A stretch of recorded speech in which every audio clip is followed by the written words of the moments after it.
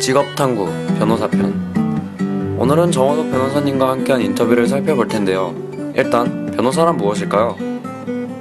사전적 의미로는 법률에 규정된 자격을 가지고 소송 당사자나 관계인의 의뢰 어쩌고 저쩌고, 이건 모두가 아는 상식일 텐데요.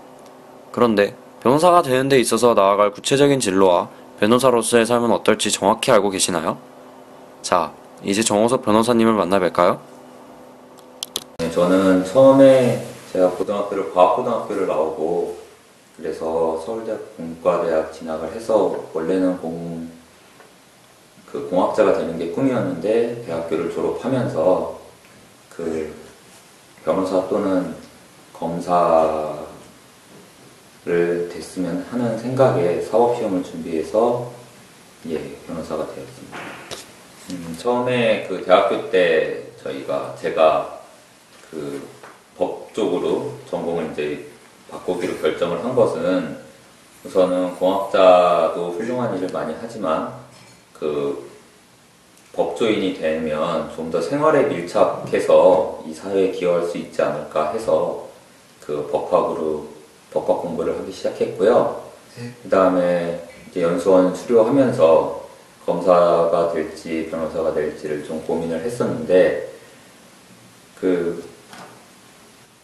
검사도 물론 보람된 직업이지만 변호사가 좀 더 사회에서 밀접하게 그런 사회 참여를 하는 게 보람될 것 같아서 변호사가 되기로 결심했습니다.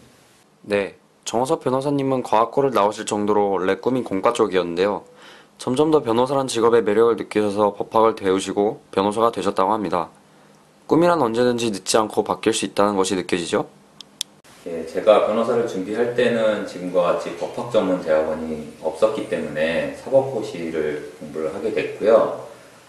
사법고시를 공부할 때는 다들 잘 아시겠지만, 이게 고시 공부라는 게 고3 때 힘들었던 것보다도 훨씬 더 공부를 열심히 해야 되고, 그리고 사법시험이라는 게 붙으면은 물론 변호사나 검사나 판사가 되는 그런 자격이 주어지게 되지만, 그게 이제 계속 떨어지게 되는 경우에는 그거 준비에 대해서 아무런 보상도 남지 않고, 그 다음에 인생 자체가 굉장히 좀 리스크하게 될 수 있는 위험이 있기 때문에, 그런 불확실한 미래 때문에 좀 힘들었습니다. 지금은 제도가 바뀌어서 변호사 시험을 본 다음에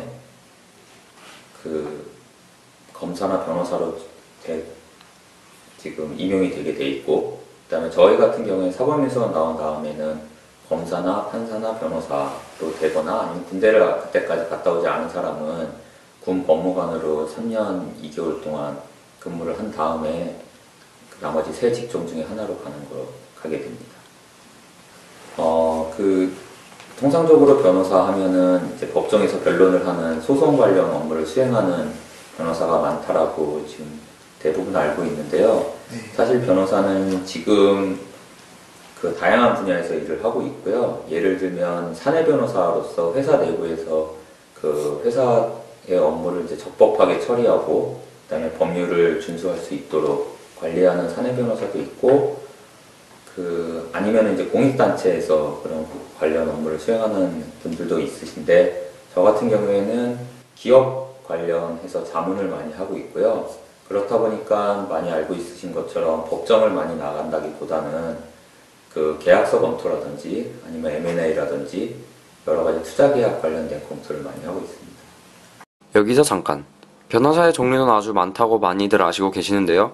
이는 변호사의 종류라기보다는 변호사가 전문적으로 맡는 일이라고 이해하시면 될 것 같네요.